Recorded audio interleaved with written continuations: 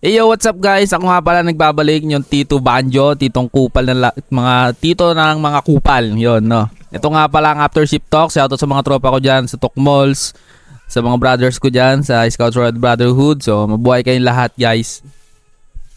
Yo, ito nga pala ulit si Alan Guzman aka Mr. Malumanay. Shoutout sa mga kagrupo ko sa Peace of Minds. Shoutout sa GRA. Shoutout sa mga kagang ko sa Temple Street. Shoutout sa alas namin kay G. Shoutout sa mga piman namin. Shoutout sa mga karnal. Yeah. Yo, namiss ko kayo. This is Kuya Mubin. Tagal ko nawala. Yeah, namiss ko to. Shoutout si Kaiki. Shoutout sa Fela. Shoutout sa Wild Dogs. Yeah. Hello, what's up? This is Matt from Caloocan. Tropa nyo masasamahan sa lahat ng kalokohan. Shoutout nga pala sa aking girlfriend na manonood. Mapapanood mo to. I-hotseat namin siya, guys. Joke lang. So ito, no, pre. May ibabalik lang ako na Bali, ito ganito ka muna, pare. Kamusta naman tong na-miss ko tong si Kuya Mubini, pare. Kamusta naman, pare? Kamusta naman? Yo, namiss ko kayo. Namiss nyo rin ako, syempre. Sobrang dami kasing ngayon.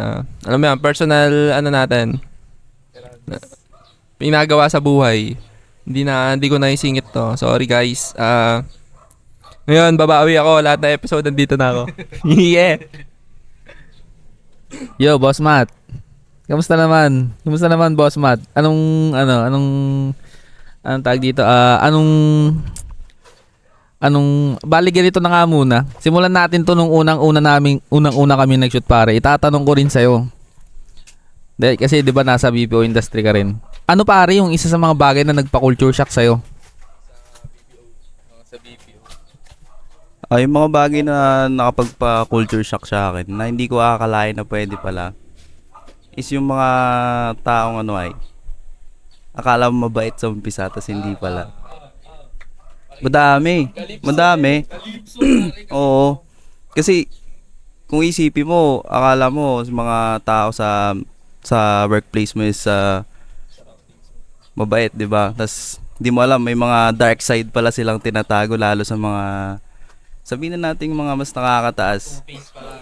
Two-faced pala sila. May mga dark side pala silang tinatago na hindi nila nilalabas. Paanong dark side ba yun, pare? Yun para bang mahinhin pero mala 50 shades gumalaw. Hindi, joke na. Hindi, pare. Biro. Oh, split. Iba pala yung trip, pare. No? Medyo rough pala yung Hindi, ito lang. So, ito, pare, may tatanong lang ako sa'yo. Ito kasi diba araw-araw ko nang papasok. Anong baon mo lagi? Bukod sa pera. Anong baon mo? Bukod sa pera, wala kang perang binabaon eh. Pero sa araw-araw na pagpasok ko, ang binabaon ko syempre yung self-confidence, syempre unang-una 'yan.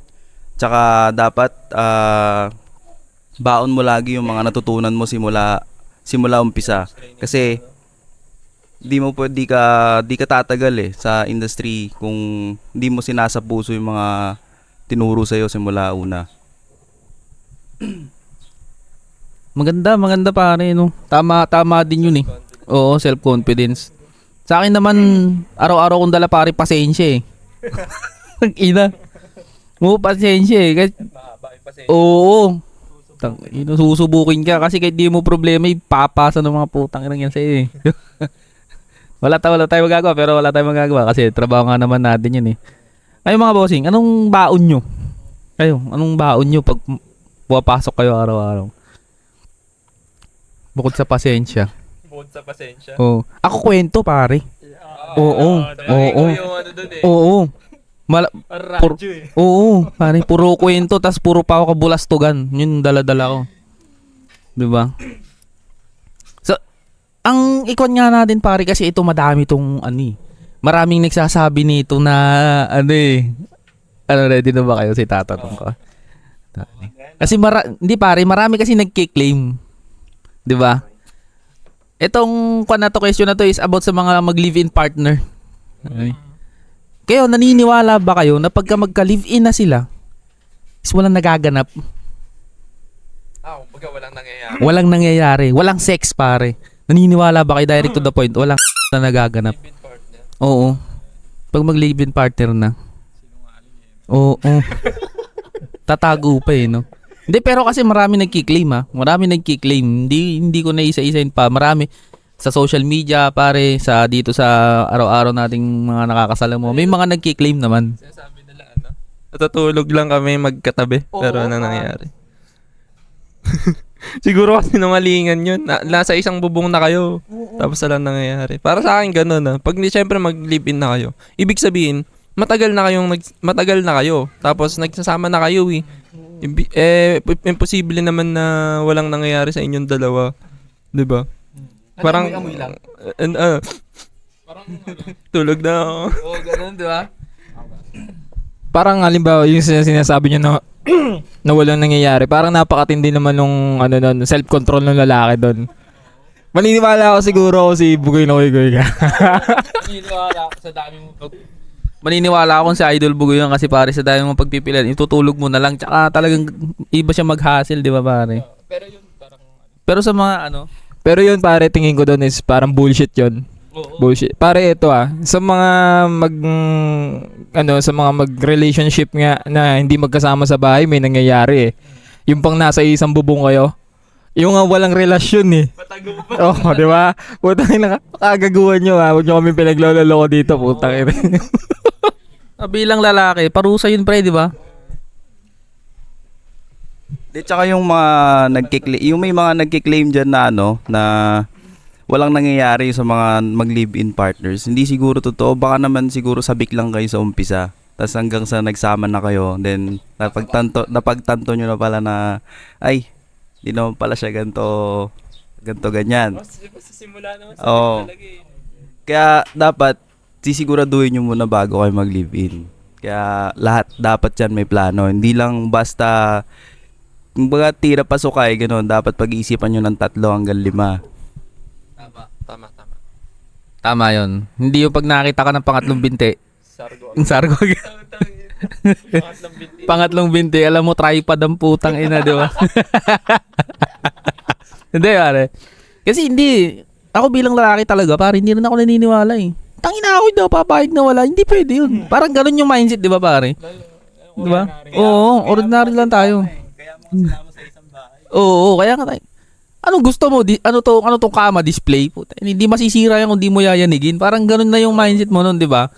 Tapos may mga magkiklim, tulog lang. Tainan nyo ako sa isip-isip ko. Ulul! Wag kami. May dadagdag lang din ako. Saka ano bang masama, di ba? Kung may nangyayari. Kasi i-live in naman na kayo. Ibig sabihin is may understanding na kayo. Meron kayong relationship na, di ba? So wala nang kailangan ikahiya doon. Kailangan embrace nyo na lang pare o mare, 'di ba? Ganun 'yun. So huwag nyo nang itangge. Pero kung halimbawa may nangyayari man na gano'n, siguro napakaliit lang ng percentage siguro. Siguro maniniwala ako din kung may sakit, possible. Pero kung devoted pare meron kasi ako yung mga devoted sa religion na bawal. Pero sa pagkakaalam ko, ito magbigay ako example sa mga Muslim pare, 'di ba? Hindi sila pwede, sa pagkakaalam ko to, correct nyo na lang ako mali. Sa pagkakaalam ko is walang pwedeng mangyari sa kanila hanggat hindi sila kasal. Kaya kung gusto nilang mag-live-in is, yun, magpapakasal sila, di ba? So yun nga, napakakonti ng percentage na para sa akin yung mga ganung bagay na walang nangyayari. Andun na yun eh, puta na, yung maamoy mo pa lang yung bebot mo, di ba? Talagang tayo agad yun. Sabi ko nga kagabi, bossing, umilig din ako sa ganyang amoy-amoy. Lalo na sa leeg. Kaso may halo ng kagat yun pare. Pagkatasong. Oo. Oo. Oo pare. Yung gano'n ka na. Oo. Oo. Pero naniniwala din ako sa sinabi ni Boss Nico yung sa about sa religion. May mga nakikita din akong ganyan, devoted talaga sila. Pero konti lang pre. Pero may kilala din talaga akong hindi ko na babanggitin, tropa. INC naman siya, pre. Nakikita ko rin sa kanya pare na ano siya. Hanggang sa kinasal sila. Pero nag-live sila. Oo, pare. Nag-live din sila. Pero patago. Ay, hindi ko pwede sabihin. Patago lang, pre. Pero ano naman, talagang pinangatawanan niya din daw naman kasi nga, mas parang alam mo yung sa pangaral din ay. Oh, yun din, maganda rin yung take sa kanila, natitik din nila. Oo, mahirap pa rin. Oo. Sobrang Mm. konti na lang ng... Percent ng ganun ano. Siguro pwede na lang pare pag dito mitigas. Ganun. May sakit pa rin. Oo. Okay siguro pag yung addict sa alak laging tulog ganun. Pero malabo pa rin eh, no? Andun yung sabik kasi pare, no? Kaya ano, hindi ako naniniwala dun sa mga nagki-claim na iba natulog lang. Kwento nyo na lang sa pagong yan. Yun na. Oo, yun. Pare, mas matindi yun, di ba? Yun nga, yun, kahit nga walang tropa nga lang, di ba? Tulog lang, tuhog pala, man. Oo, kasi lalaki at babae pa rin kayo, di ba? Nandun pa rin yung, ano eh, anong tawag dito, yung gigil pagka may katabi kang babae. Lalo kapag trip mo pa. Oo, Libog yung tao. libog talaga. Pare may tanong lang ako. Halimbawa kaya, eto napaisip ngayon ko lang din napaisip. Paano kaya kung parehas silang virgin? Ano, di ba? Siguro lalo kapag mas malala ngayon, lalo kapag parehas silang virgin. Kasi nandun yung curiosity nilang dalawa eh. Doon talaga papasok yon. Kumbaga, mas ma-urge pa sila na gawin nila yung bagay na yun eh. Kasi curious sila, ay, try kaya natin to, ganito ganyan. Ano kaya ganito ganyan? Masakit ba? Ganito ganyan. Ang masakit doon, pre, di ba, pagtutok na ganyan. Siyempre, first time, pre, biglang ginanon. Sa puwet pumasok. Munang wrong hole, pare. Hindi, joke lang. Di ba, pare? Ay, masakit ba? Maligputan. Sabi ko. Di ba dito yun? Hindi marunong eh. Kaya pala malagkit. Sabi ba? Iba pala yung tae wala po. Hindi, pero biro lang. Peanut butter, tae na. Hindi, pero tama nga yun, pre, no? Parehas na virgin. Oo. Mas aggressive, mas mapusok sila yung mga ano pag parehas kayong virgin. Siyempre, nasa isip nyo. Paano kaya ito? Siyempre, matagal mo nang kasama, 'di ba? Kunyari, matagal na kayo magjowa. Tapos hindi siguro pag matagal na magjowa, no. Pero meron sigurong ganun. Pero mga nagtatagal. Oo. Parehas kayong virgin, siyempre, nag-live-in na kayo. Ano na yun, hanap-hanapin din ng katawan nyo yun pag na-try nyo ng isang beses. Di ba sa unang, ano naman, stage ng ganun, yun, andun yung kasabikan. Oo, di ba? Paano naman kaya pare pagka ano? 'Di ba pares nga na virgin. Pasok na natin pares na virgin, live in. Paano pag bading tsaka lalaki pares na virgin? Paano kaya gagawin 'yun? Napaisip lang ako eh. 'Di ba? Mga ganyan, ano yan eh. Ano yung 69 sila pare? Sword fight. Sword fight sila no. O kaya yung ano, tang ina no. Hindi ko ma-imagine. Yay, putang ina. Bad trip. Same sex no, tas bading. Ewan ko, pero siguro ganoon na lang din sa ano, sa bi tsaka sa straight, di ba? Na babae. Pero hindi naman siguro na hindi naman ako against sa kanila, pero hindi ko lang din ma-imagine kung pare silang virgin kung paano nila gagawin. Sino susubo ba sa ating dalawa? Sino ba mauna sa ating dalawa? Di ba? Oo nga no. Di ba? Paano yun? Pwede yun pre sabay. Na-imagine ko yung sabay, yung di ba ganyan? Di ba ganyan? Hindi, kahit di sila mag-69 pre sabay. Alam yun? Pwede kaya yun? Ganyan pare, tas ito yung tuwep. Sabay na gano'n. Pasok na yun. Parang silang Lego. Oo pare, Lego. Diba? Kung iisipin mo kasi, diba, yung na-imagine mo na magkabaligtad na ganyan. Ano, para silang ina-assemble. Yung pinagkakabit tas naglalak. Well, tanginang weird. Pero pare, tungkol na nandyan na lang din tayo pare. Di ba ito mas maingay naman yung issue na ganyan. Marami nagkokontrahan dyan eh. Kayo ba, personally, pabor ba kayo sa mga ganyan? Yung sa same-sex marriage pare. Marami kasi nagsusulong niya ngayon eh. Tingin nyo, ano bang opinion nyo para dyan? Ako? Pwede naman pare kasi. Buhay naman nila yun. 'Di ba? Sila pakikialaman mo yan, putang ina, ikaw ba nagpapakain sa mga yan? 'Di ba? Baka nga yung mga kumukontra pare, baka mas maganda pa buhay sa kanila nung mga kinokontra nila. Baka sila pa hindi nakakatikim ng ng ligaya pagdating sa kasi buhay, for example lang, same sex, puro pares na lalaki. Go lang, pare. Hindi ka naman nila tatarantaduhin kung nagpakasal sila. Wala naman sila pakialam sa'yo, di ba? Kaya ako, para sa akin, wala akong problema dun. Kasi, pare-pares naman tayong tao. Sabi natin hindi tayo pares na ginawa. Yung pares kayong tripod. Wala na tayong magagawa nun, di ba? Pares kayong lalaki, pare. Mahal nyo nga isa't isa, di. Go! Tayo na. Hanggat, wag lang kayong wag na lang yung madami pang kuda din, pare. Meron din kasi yung iba, dami pang kuda sa Sokmed, di ba? Dahil pa silang ganun, na mga parang, sabagay affected na lang din siguro sila dahil sa sinasabi sa kanila, natitrigger na lang din sila. Kaya ganun. Pero take ko dun, pare, wala. Para sa akin, wala akong pakialam mo. Sang-ayon, ganun na lang. Kasi buhay naman nila yun hindi naman tayo yun Hanggat wala naman sila natapa ibang tao, ba't ka magalit sa kanila? Sino ka ba naman para awatin yun, di ba? Kung nagmamahalan nga silang dalawa.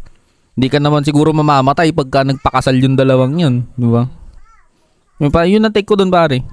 Kayo, anong take nyo dun pagka sa same-sex marriage? I take ko doon na agree ako Agree ako sa sinabi mo. Kasi hindi ka naman inaano nung dalawa. Oo, di ba? Wala namang ginagawa sa yung masama, hindi naman pinapakilaman yung buhay mo. Tsaka nararamdaman nila 'yun. Andun yung love . Tayo nga 'di ba? Pag mahal ba natin yung tao, pipilit ba natin yung sarili natin? 'Di ba hindi naman? Parang ganun lang din 'yun sa kanila. Kaya 'yun, sa same-sex marriage, pabor din naman ako. Wala namang masama doon, hindi naman maapektuhan yung buhay ko. Maghihirap ba ako pag, di ba? Yung sa mga same-sex marriage naman kasi, sabihin na natin kasalanan yan sa mata ng iba. Lalo sa batas ng Diyos, sabihin na natin. Pero syempre, nagkakatalo pa din yan sa mga mabubuting gawain nila. 'Di ba? Sabihin na natin kasalanan na yung ginagawa nila. Tapos, sila naman madami namang ginagawang mabuti. 'Di ba? Masasabihan mo ba sila na parang oo, 'di ba? Ang hirap syempre kontrahin. Kumbaga nagkakatalo pa din talaga sa sa mga ginagawa nila. lalo nasa kultura sila na madaming mapangmatang mga tao, ganun, 'di ba? Kaya sa mga may tawag dito, may mga ka-live-in na same sex, ganun, or may mga asawa sila na same sex. Wala namang masama Hindi naman masama. Kumbaga, masama lang siya, depende sa paningin ng tao, sa pananaw, sa paniniwala, saka sa kung paano sila lumaki, ganun, ano yung paniniwalang kidalakihan nila, ganun. Ito pare, ito idadagdag ko lang Isang nagpapalala dyan kasi. Ito excuse me lang sa mga makakapanood Ang nagpapalala dyan, relihiyon, tsaka yung mismo pare. Minsan kasi nagbibitaw din sila ng statement pare, tas oo, ganito nga. Dapat, wag na yan. Siyempre, pare, pinakikinggan yun di ba? Siyempre, iba sasabihin, mali nga yan. Mali na yan. Wag nyo nang gagawin yan, Kasi sa mata ng Diyos. Diba? Oo, mali. Ang babae ang lalaki para sa Oo, di ba? Yun nga, yun sa, di ba sa mata nga ng Diyos, is yung babae, yung lalaki is para sa babae. Di ba si pasok natin, naging tayo. Ipasok natin yung kay Eva at Adan. 'Di ba si Eva ay kinuha lang sa tadyang ni Adan. Para kaya yun siguro yun yung ang lalaki para sa babae talaga. Wala din naman kasi nakalagay doon na ang lalaki para sa lalaki. Kasi yun na nga pare, 'di ba? Kumbaga sa 'di ba parang yun sa tao lang kung paano nag-evolve. Nag-evolve din naman yung mga tao ngayon kaya na-explore nila yung ganoon, 'di ba? Kaya yun lang take ko, minsan nang nagpapalala din doon pag ino-open pa sa mga simbahan. Lalo sa mga ibang religion, 'di ba? Saka depende nga sa pananaw ng tao. Oo, depende rin sa pananaw ng tao. Pero para sa akin, go lang. Wala nang ayaw nyo, hayaan nyo na lang. Oo, kung ayaw nyo. Kung ayaw nyo, nakikita yung mga ganun, di hide nyo story nyo. Hide nyo, di ba? Tsaka sa mga sa mga simbahan, syempre unang-una madaming naniniwala sa mga pare. Kasi iniisip nila napaka-pure nung tao na to eh. Kumbaga lahat ng bibitawan na salita nito, parang tama lahat eh, di ba? Ngayon, kung ikaw ay isang tao na sabihin na nating awake sa mga nangyayari sa paligid mo, mahirap maniwala sa mga sasabihin ng pare eh. 'Di ba? Ngayon, kung yung mga devoted talaga na Catholic kasi pare or sa mga ibang religion man na may mga pari din, mga devoted sila sa religion nila, maniniwala sila sa sasabihin nung parang leader nila kasi yun yung parang tinuturing nila as leader eh, yung mga pare, pastor, ganyan. Ngayon, kapag nagsalita yung ganang yung mga pares sa mga kontra dun sa topic na same sex, syempre, lahat ng makikinig dun kada linggo, syempre, ilang tao yun. Ngayon, yung mga tao na makakarinig nun, ipapasa-pasa ngayon yun, syempre. Kaya ngayon, madaming ang mga tumututol, mga basher, dahil naiiba yung pananaw nila dahil dun sa isang tao, di ba? Kaya dapat, matuto din tayong bumalanse. Hindi lang yung basta marinig lang natin sa pares, ay, tama, ganito, ganyan, kasalanan. Kasalanan yung same sex. Oo, sabihin na natin kasalanan. May magagawa ba tayo? Sabihin na natin, sila na yun eh, kasi, kumbaga sila na yung magkakasala. Kumbaga, as tao, di mo naman pwedeng i-bash mo na lang ng i-bash yun. Magkakaroon ka din ng kasalanan. Di ba? Kumbaga parang ipag-pray mo na lang na sana hindi sila gumawa ng ganito ganyan. Then, tsaka makikita mo naman sa iba na may mga same-sex na madami silang good deeds, di ba? So, di ba di bawal pa rin sa Pilipinas yun, yung same-sex marriage? Pero, may nakikita ko, yung parang yung, yun nga, babae at lalaki pa rin, pero siya, tawag dito, bakla sa tomboy. Meron na bang kinasal na ganun dito? Meron. Meron pang anak eh. May anak pa. Nakita ko nga sa Facebook yung may hamang tao ata sa ibang bansa yung pinakasalan niya yung reptile eh. Nakita niyo ba yun? Meron pa nga rice cooker. Yung kambing. Meron pa nga rice cooker. 'Di ba? Sa Japan naman ata yung rice cooker. Yung reptile. Nakita ko yun sa mga... Nakakatakot yun ah. Iba ng pitis yun pare ah. 'Di ba? Naka-ribbon pa yung Naka-ribbon yung ganun, yung 'di ba pag sa Baka pag ikikis niya kasi baka biglang sunggaban yung uso, 'di ba? Pero ito dun sa ito lang masasabi ko lang din. Dun naman sa may mga meron same-sex relationship, wag kayo magpapapekto sa sasabihin ng iba kasi buhay nyo yan. Paano man sabihin nila sa inyo, putang ina, murahin mo, tangina mo, inaano ka ba, ganun. O kaya tama, hayaan mo na lang. Daanan mo lang doon sila masaya. Baka mamaya yun na lang kaligayahan nila sa mundo. Pagbigyan mo na sila na pag-usapan ka, ganun. Malay bukas kunin na nilo dyan.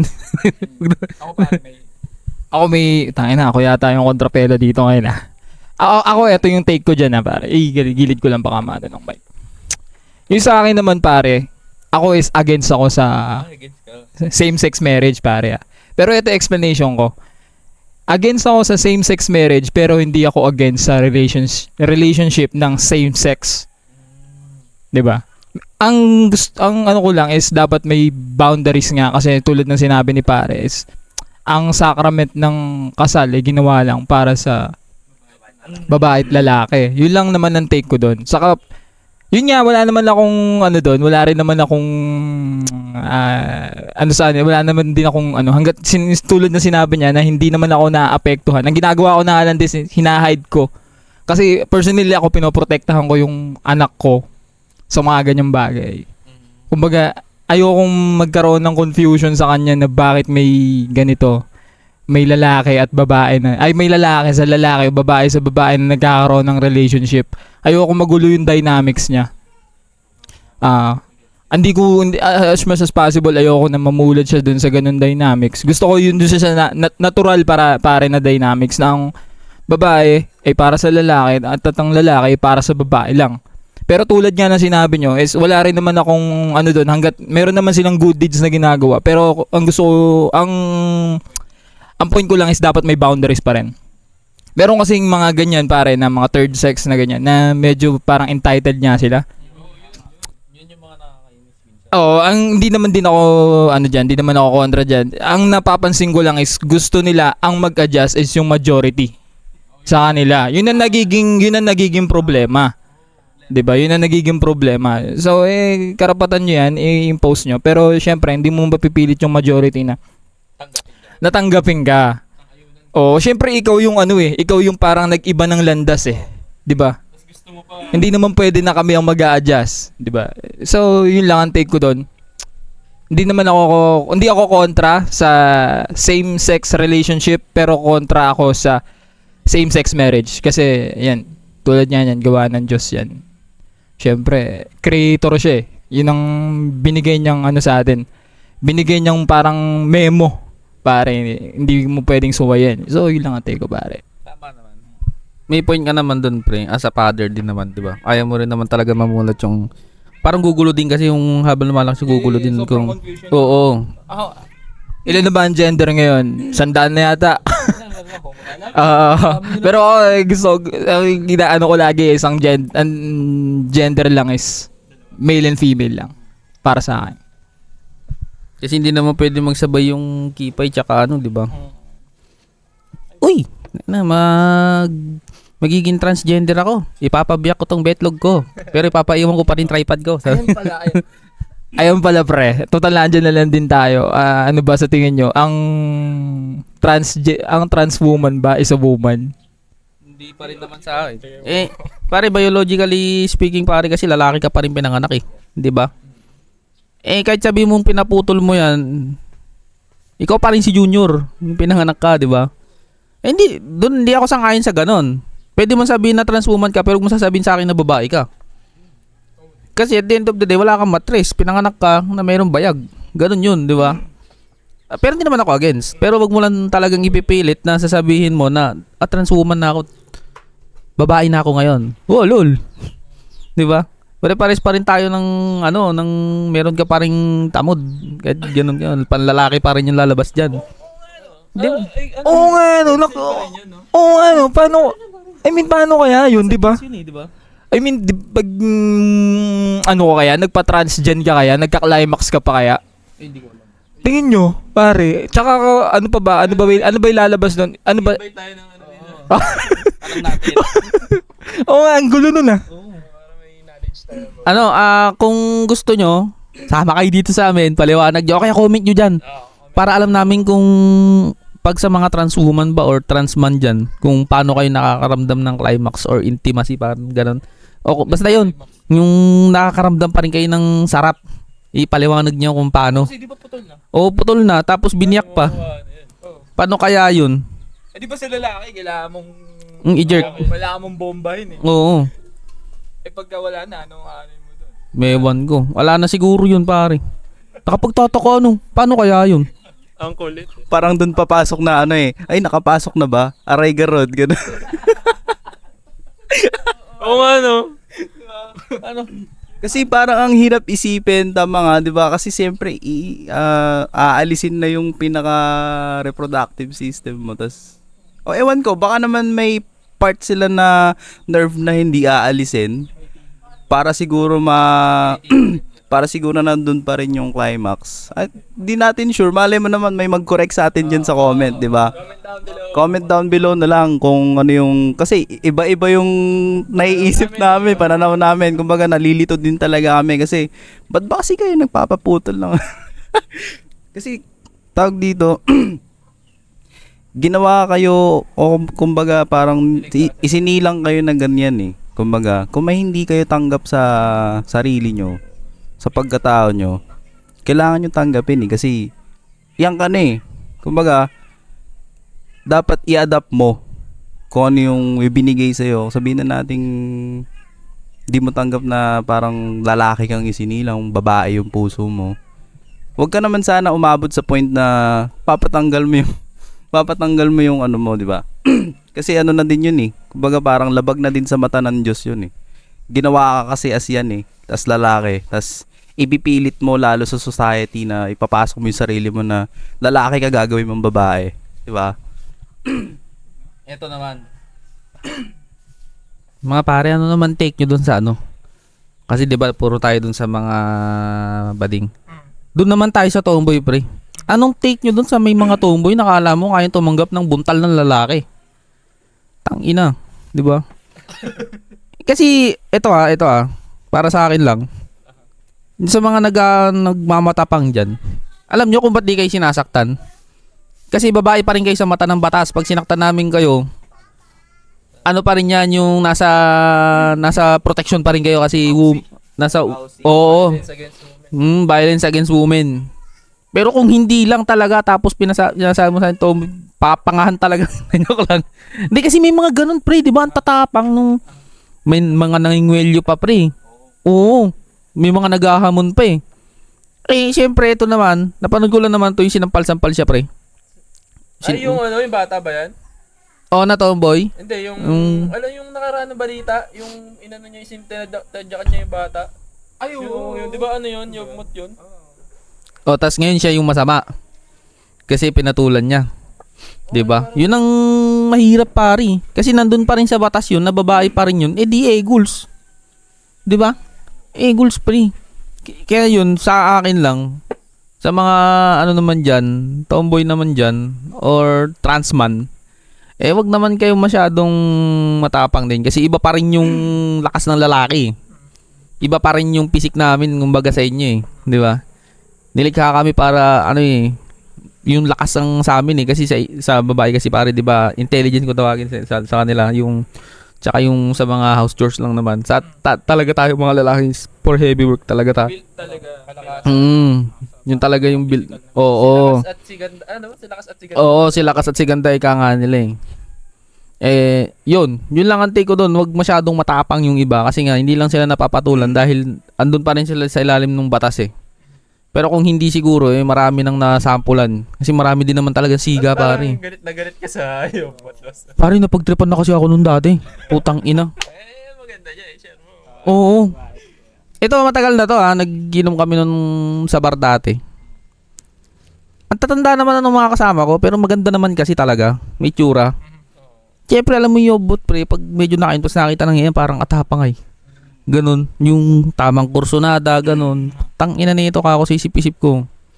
Isang suntok lang talaga kita ka ako. Pag sabi ko nga sa tropa ko, pre, ka ako pag to lumapit tas medyo nag-angas, basag tumbote ng Red Doors ka ako. Sibat na tayo. Oo, pre. Alakas mga kursonada. Ay, ba't nagtangin to ka ako? Ano eh? Iba yung trip niya eh. Nang lalalaki siya, ganon, nakakalalaki yung gahamon pare. Ngayon, tumawa yung mga kasama namin. Kasi ako napipikon na ako. Oh, trip yata kayo kung ganun. Kanina pa nakatingin dito ako na pagtitripan. Patulan nyo na kung ganun. Mga gago rin yung mga kasama ko pare. Na yan sabi. Ano gawin niya? Daliri. Ganun lang pare. Oo, may pagkagago rin talaga yung mga tropa kong babae nun pre. Iba rin sila Siyempre nakainom na rin. Kaya sabi ko, gago talaga itong mga, parang mas lalong nag-init yung ulo sa akin pre. Naku, kung ganun. Oo, mas lalong nanggalit sa akin. No. Oo, lalo ako pinagtripan hanggang sa pag-uwi. Talagang hindi sila umalis tas yung niya, pag ganun na meron ng ganun-ganun ng kamay. Oo, yun, ginaganon na ako. Oo. Ay. Oo. Meron pa yung face towel gumaganon-ganon sa likod na gano'n, no? Das gumaganon na. Pare, buti walang nagganon. Oo, pare, buti ito, nabanggit mo yung face towel Parang trademark nila yung pinapaikot yung face towel na yun sa sinasabi. Oo nga, buta parang 90% na makakilala ko. Yeah. Totoo yun. Legit. Style nila yun, pre. Di ba? Pag ganun. Das, tangina, ayoko nung minom. Nasira mood ko, na tayo. Hanggang paglabas namin, pre. Tsama ng tidig sa akin, nahanip na yan. Iba yung trip niya. Sabi nga sa akin ng mga doon buti hindi na namin siguro masyadong inasal. May mga kasama din palang mga lalaki. Sabi sa akin gano'n. Tama lang ako. Tayo na lang umiwas. Nasa kakaintindi naman tayo ako. Pero yun talaga. Pero kung hindi rin lahat ng yung yobmot na ganun. Oo. Marami akong kakilala. Even may pinsan din ako may mga relatives din ako. Pero yung ganun kasi nakakasura din kasi yung ganun yung sobrang yabang. Nakala mo may may talong Oo. Di pero talaga yung trip ko sa akin kung gano'n na siya pa. Oo. Pero di lahat sa totoo. Hindi lahat kasi may pinsan din naman ako Oo. mas merong mas marang meron siyang boundaries sa ganun. Alam niya yung boundaries niya. Siguro Yun. yung nag-trip sa akin na yun nung time na yun, pare. Ano na lang din yun, anong tawag dito, yung ego, parang ganun ba yun, na matapang? Agawan mo kasi. Oo, ganun. Wala ba no paki doon eh. Tropa ko yung mga kasama ko, tas ang tanda na ng mga yun. Di ba? Oo, parang ganun niya ang gusto niya. Pero hindi ko rin naman nilalahat kasi meron din naman akong pinsan. Which is idol ko pa yung pinsan ko na yun kasi dahil napaka-diskarte sa buhay, pare. May mga ganun din talaga na bay na embes na sumabay sila sa trip ng iba is paangat sila, pare. Hindi sila yung puro gimmick. Ang trip nila is make money. Meron kasing mga bay na ang trip naman nila is make more friends tapos bisyo. 'Di ba? Pero napansin ko lang alam mo yung mga LGBT like yung yung mga bading sa katomboy. Sobrang dedicated nila sa paggawa din ng mag-make ng money, no? Iba sila, no? Iba yung gigil nila pare sa paggawa ng pera. Lalo yung mga madami kasing mga bading na talagang sobrang dami nilang diskarte. Lalo sa kasi nung time na nasa Manila, madami akong nakilala na mga may kaya sila, may mga business, small business. Tas makikita mo, ay, ito yung mga parang mga bading na nakikita mo. Hindi sila yung tulad ng mga pangkaraniwan na bading, kumbaga. Oo. Hindi sila yung 150, hindi sila ganon. Kumbaga sila yung mga bading na may bitaw. May bitaw sila yung mga LGBT na may bitaw. Hindi yung lang, puro ka astigan, no? Puro show off lang ganun, no? So, anong is break tayo? Break tayo? 45 break tayo. 45, o sige. Bale, ito. Bago tayo, bago tayo, tag dito, isisingit ko nga lang. Siyempre, ito na. Bading ka, di ba? Bading ka. Paano mo naalagaan yung mental health mo? Paano kaya nila naalagaan yung mental health pala nila? No? Kasi andyan na yung bash. May point pa yung iba minsan, pare, pati magulang against. Mahirap din yun, Oo. Mahirap yun. Believe, ito sa mga trans dyan, sa member ng LGBTQ, believe din kami sa inyo kasi natitake nyo yung bash tsaka yung sinasabi ng ibang tao. Tapos nag-hustlin pa rin kayo, nag-grind pa rin kayo. Yun talaga, yun lang ang tama nyong gawin. Tangina, wag nyo pakinggan yung mga nanarantado sa inyo dyan sa paligid nyo. Hayaan nyo sila. Oo, grind lang. Pera ang importante, hindi yung opinion ng ibang tao. 'Di ba, pare? Yun, tama naman yun. Kasi nga, di ba, sabihin na natin, kasalanan na nga na maging, ibang gender eh. Kumbaga, doon na kayo bumawi. Kumbaga, mag-hustle kayo ng todo-todo, bigay nyo lahat. Di ba, para kahit paano, makabawi kayo, magkaroon kayo ng good deeds. So, ito pre, yung sa naman, yung about naman, ito ipasok na natin tong topic na to. I-break muna kayo natin. Break muna natin. Sige. Yo guys, magbe-break lang kami saglit at salamat sa pakikinig. Kung nakaabot kayo sa video na to, huwag nyo kalimutan i-comment kung anong thoughts nyo. Mag-subscribe, click nyo yung notification bell, tapos comment. Yo!